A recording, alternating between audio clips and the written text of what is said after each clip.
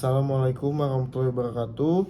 Perkenalkan, nama saya Michael, NPM 1910370, mahasiswa aktif Fakultas Hukum Universitas Pasundan.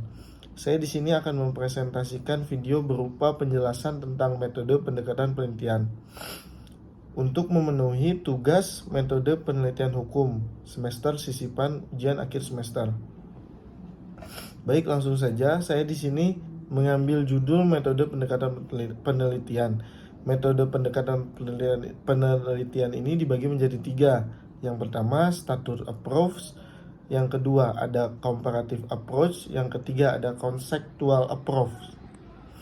Saya akan menjelaskan satu persatunya.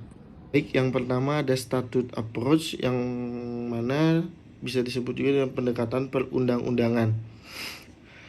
Statute approach ini adalah suatu penelitian normatif yang harus menggunakan pendekatan perundang-undangan, karena yang akan diteliti adalah berbagai aturan hukum yang menjadi fokus sekaligus tema sentral suatu penelitian. Lebih akurat bila dibantu oleh satu atau lebih pendekatan lain yang cocok, guna mempertimbangkan pertimbangan hukum yang tepat untuk menghadapi problem hukum yang dihadapi. Selanjutnya, yang kedua ada conceptual approach. Pendekatan konseptual merupakan jenis pendekatan dalam penelitian hukum yang memberikan sudut pandang analisa penyelesaian permasalahan dalam penelitian hukum, dilihat dari aspek konsep-konsep hukum yang melatar belakanginya, atau bahkan dapat dilihat dari nilai-nilai yang terkandung dalam penormaan sebuah peraturan kaitannya dengan konsep-konsep yang digunakan.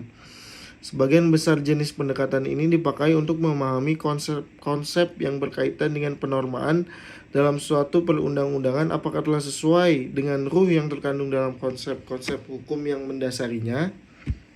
Dan yang terakhir, comparative approach. Pendekatan perbandingan dilakukan dengan mengadakan studi perbandingan hukum. Studi perbandingan hukum merupakan kegiatan untuk membandingkan hukum suatu negara dengan hukum negara lain, atau hukum dari suatu waktu tertentu dengan hukum dari waktu yang lain. Di samping itu juga membandingkan suatu putusan pengadilan yang satu dengan putusan pengadilan lainnya untuk masalah yang sama. Kegiatan ini bermanfaat bagi penyingkapan latar belakang terjadinya ketentuan-ketentuan hukum tertentu untuk masalah yang sama dari dua negara atau lebih. Penyingkapan ini dapat dijadikan rekomendasi bagi penyusunan atau perubahan perundang-undangan. Sekian presentasi yang dapat saya sampaikan. Mohon maaf bila ada kesalahan dalam penyampaian kata-kata atau presentasi ini. Wabillahi taufik wal hidayah. Wassalamualaikum warahmatullahi wabarakatuh.